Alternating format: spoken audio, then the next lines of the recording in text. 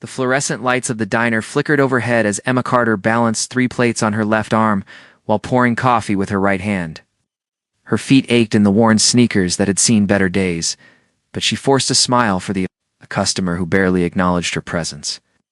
The clock on the wall read 11:47 p.m. She still had an hour left on her shift.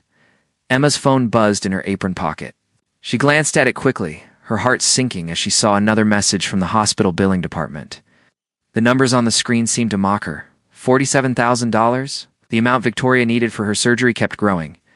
With each passing day, her younger sister Victoria had been diagnosed with a rare heart condition 6 months ago. At 19, she should have been worrying about college exams and weekend parties, not whether her heart would keep beating through. The night, Emma had dropped out of her business degree program to work multiple jobs, but it wasn't enough. It would never be enough. After her shift ended, Emma sat in her beat-up Honda in the diner's parking lot, staring at her laptop screen. The glow illuminated her tired face as she scrolled through job listings for the 100th time that week. Most required degrees she didn't have or experience she couldn't afford to gain. Her savings account showed a balance of $312. Then she saw it. Wellington Industries was seeking an executive assistant. The salary listed made her heart race. It was more money than she had ever dreamed of earning. The position required someone detail-oriented, organized, and willing to work long hours. Emma had been doing exactly that for years, just not in an office setting. Wellington Industries occupied the tallest building in the city, its glass facade reflecting the morning sun like a beacon of hope. James Wellington, the company's founder and CEO, was something of a legend.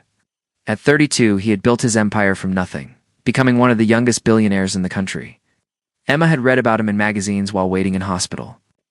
Lobbies fascinated by his story of rising from poverty to unimaginable wealth. Emma spent her last $20 on a professional outfit from a thrift store. The black blazer was slightly too big, but it looked respectable when paired with a white blouse and dark pants. She practiced her interview answers in the mirror, trying to project confidence she didn't feel. The Wellington Industries lobby was a temple of marble and steel. Emma felt completely out of place among the perfectly dressed professionals who moved through the space with purpose and authority. The receptionist, a woman with flawless makeup and an expensive suit, looked Emma up and down with barely concealed disdain. "Emma Carter for the executive assistant position," Emma said, her voice steadier than she felt. The woman checked her computer screen with exaggerated slowness. "Take the elevator to the 42nd floor. Ms. Rodriguez will see you." The elevator ride felt like ascending to another world. Each floor they passed represented a life Emma had never known, filled with opportunities she had never had. When the doors opened, she stepped into a realm of understated luxury. The floors were polished hardwood, the walls adorned with abstract art that probably cost more than Emma's annual income. Ms. Rodriguez was a woman in her 50s with kind eyes behind designer glasses. She led Emma to a conference room with floor-to-ceiling windows that offered a breathtaking view of the city. "Tell me about yourself, Emma," Ms. Rodriguez said, settling into her chair with a warm smile that immediately put Emma at ease. Emma had prepared for this question, but sitting in that beautiful room, she found herself speaking from the heart instead of reciting rehearsed answers.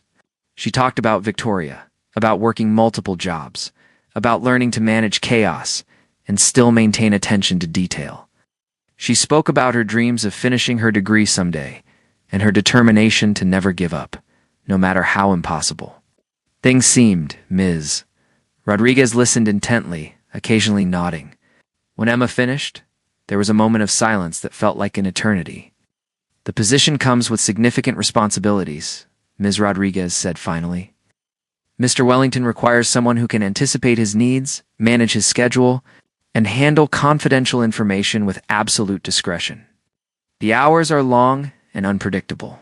Many people find the pressure overwhelming." Emma leaned forward slightly.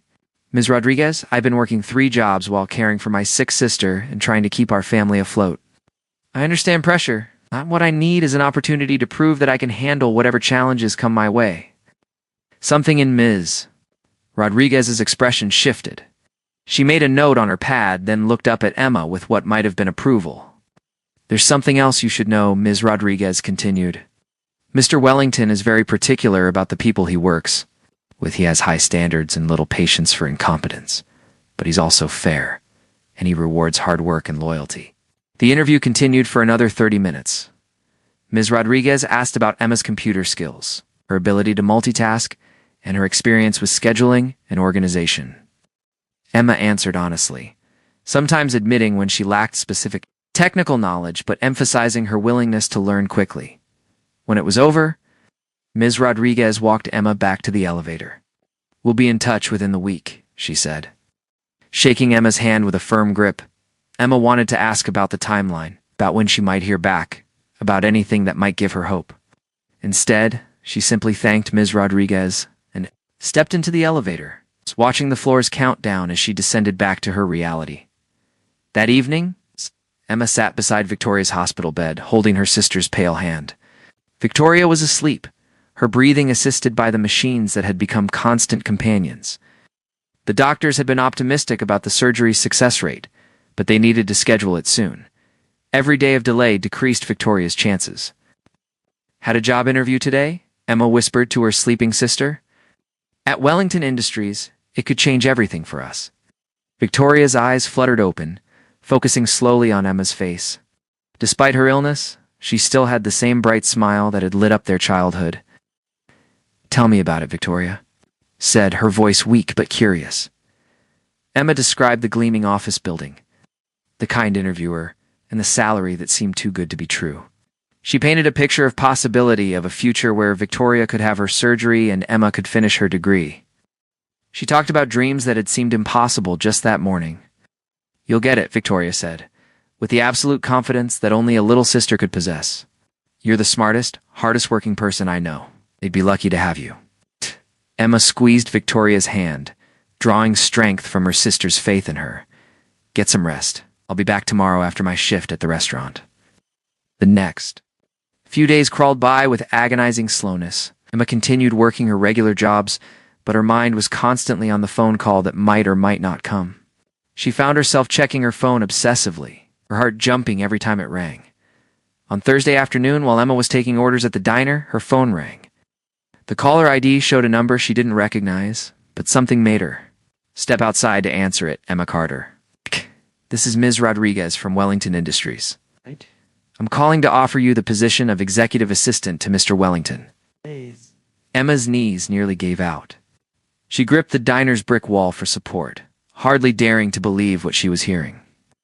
"The salary we discussed, plus health insurance and performance bonuses," Ms. Rodriguez continued. "You would start Monday morning. Are you interested?" "Yes," Emma managed to say, her voice barely above a whisper. Then, louder and with more conviction, "Yes, absolutely. Thank you so much for this opportunity."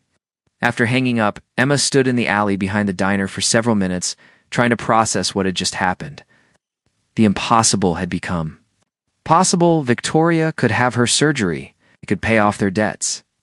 Emma could maybe even think about finishing her degree. She quit her other jobs that same day, apologizing to managers who had come to rely on her, but understanding her need to grab onto this lifeline. That weekend, Emma used her first advance to buy professional clothes that actually fit, and a planner to organize her new responsibilities.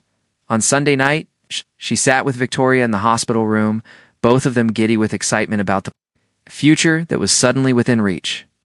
"I'm scared," Emma admitted as visiting hours drew to a close. "Of what?" Victoria asked. "Of messing this up? Of not being good enough? Losing this chance we've been given?" Victoria reached over and took Emma's hand with surprising strength. "You won't mess it up. You've been preparing for this your whole life, even if you didn't know it.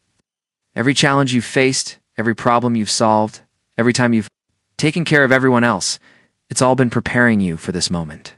Emma looked at her sister, marveling at the wisdom in someone so young.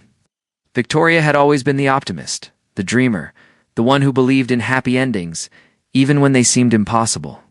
Besides, Victoria added with a mischievous grin, "I have a feeling this job is going to bring you more than just money. Maybe you'll finally meet someone who deserves you." Emma laughed, shaking her head. "I'm not looking for romance, Vic. I'm looking for stability and the chance to save your life." "Why can't you have both?" Victoria asked, with the simple logic that had always been her specialty. As Emma drove home that night, she allowed herself to imagine what Monday morning might bring. She pictured herself walking confidently into Wellington Industries, no longer as a desperate woman grasping at straws, but as someone who belonged there. She thought about the mysterious James Wellington, wondering what kind of man he would be to work for. What Emma didn't know was that her new boss had been watching the security footage of her interview, studying her face with an intensity that surprised even him. James Wellington had recognized something in Emma Carter's determined expression, something that stirred memories he had buried long ago. As Emma prepared for sleep in her small apartment, counting down the hours until her new life would begin, James Wellington sat in his penthouse office, staring out at the city lights and remembering a girl from his childhood who had shown him kindness when no one else would. A girl named Emma who had shared her lunch with a lonely boy and changed the course of his life forever. Monday. Morning couldn't come soon enough for either of them, though neither realized they were about to embark on a journey that would transform them both in ways they could never have imagined. Monday morning arrived with the kind of crisp autumn air that made everything feel possible. Emma stood before the mirror in her small apartment, adjusting the collar of her new navy blazer. The professional clothes still felt foreign on her body, but she was determined to grow into them. Victoria had texted her at 6 in the morning, with a simple message: "Today changes everything. I believe in you." The Wellington Industries building looked even more imposing in the morning light.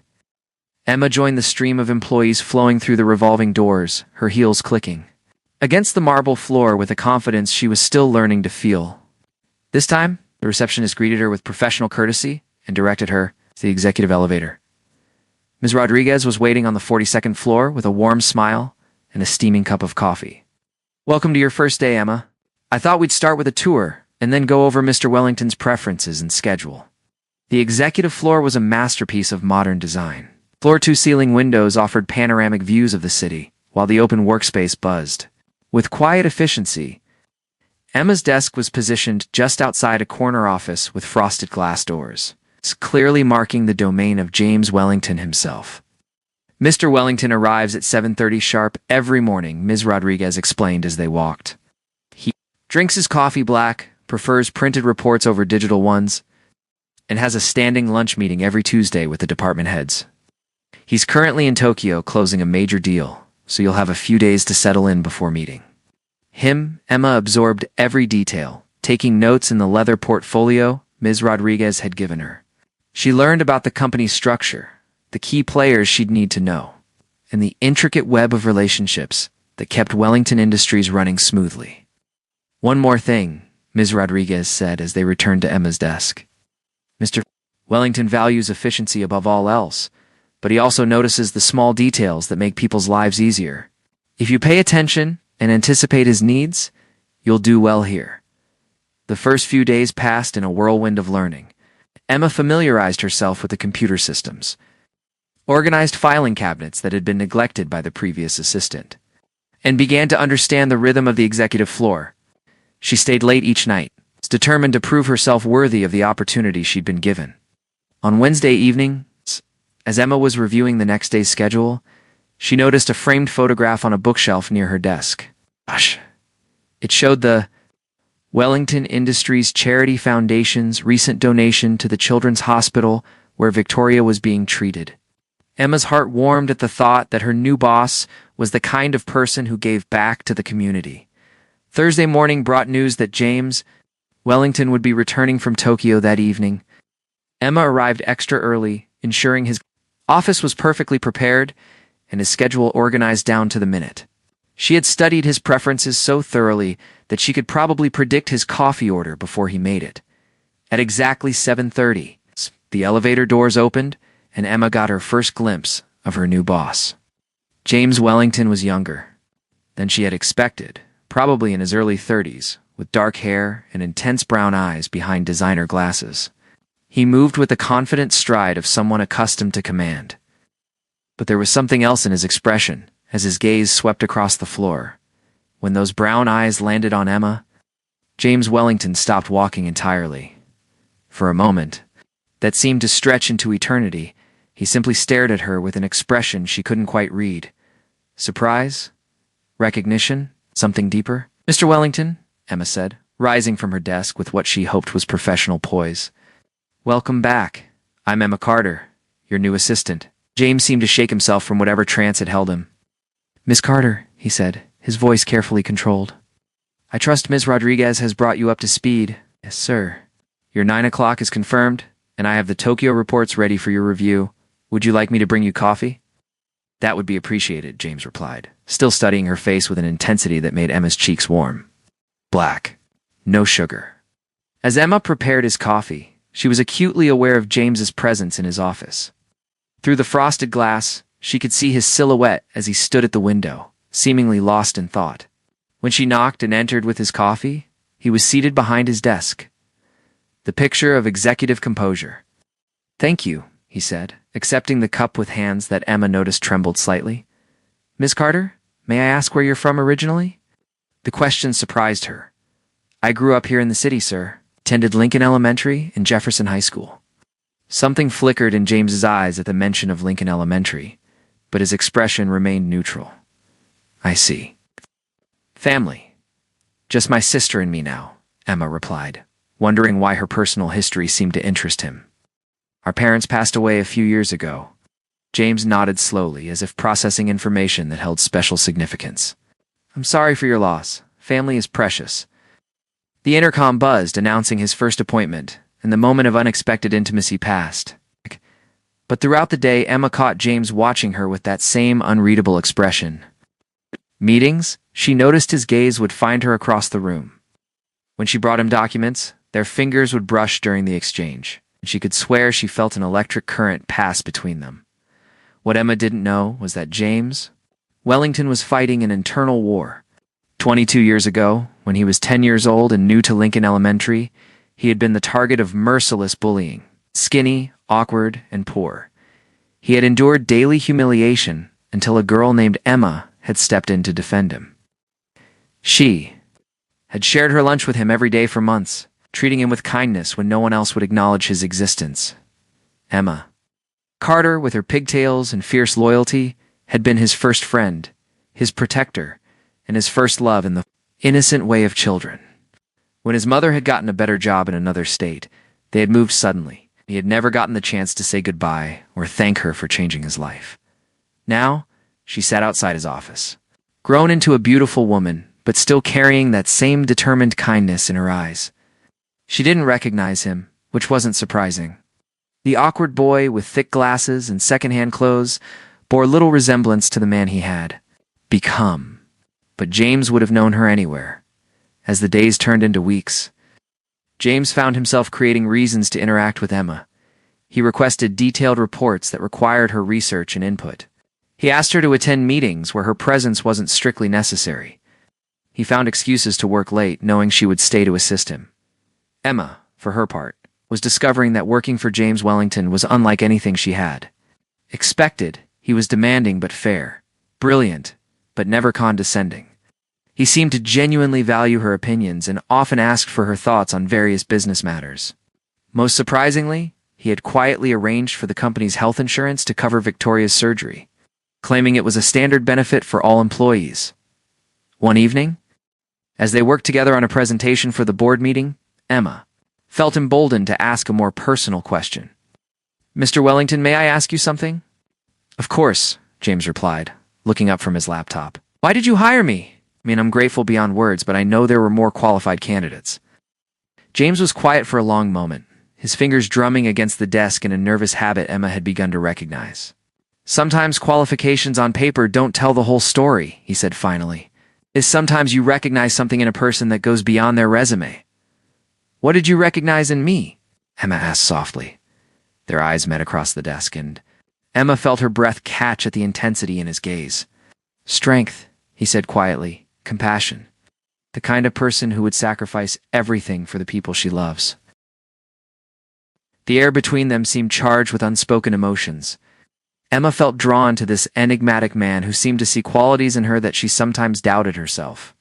There was something familiar about him, something that made her feel safe, and understood in a way she hadn't experienced since childhood. "Emma," James said, her name falling from his lips like a prayer. "Yes. Would you have dinner with me tomorrow night? Not as employer and employee, but as two people who enjoy each other's company. Emma's heart raced. She had felt the attraction building between them for weeks, but she had assumed it was one-sided. The idea that James Wellington, this brilliant and powerful man, might be interested in her seemed too wonderful to be true. "I would like that very much," she replied, her voice barely above a whisper. James smiled then. Younger, more approachable. "There's something I need to tell you, Emma. Something I should have told you from the beginning." Before he could continue, Emma's phone rang with the distinctive tone she had assigned to the hospital. Her stomach dropped as she saw the caller. "I'm sorry. I have to take this," she said, her voice tight with worry. "Emma Carter. This is Dr. Patterson from the cardiac unit. Your sister has taken a turn for the worse. You need to come immediately." Emma's face went white as she hung up the phone. Without thinking, she turned to James, her professional composure crumbling entirely. "It's Victoria. Something's wrong. I have to go to the hospital." James was already reaching for his coat. "I'll drive you." "You don't have to, Emma," he said firmly, his hand gentle on her shoulder. "Let me help you." The drive to the hospital was a blur of city lights and Emma's whispered prayers.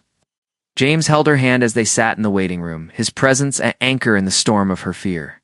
When Dr. Patterson finally emerged with news that Victoria was stable but would need surgery immediately, James quietly made arrangements for the best cardiac surgeon in the country to perform the operation.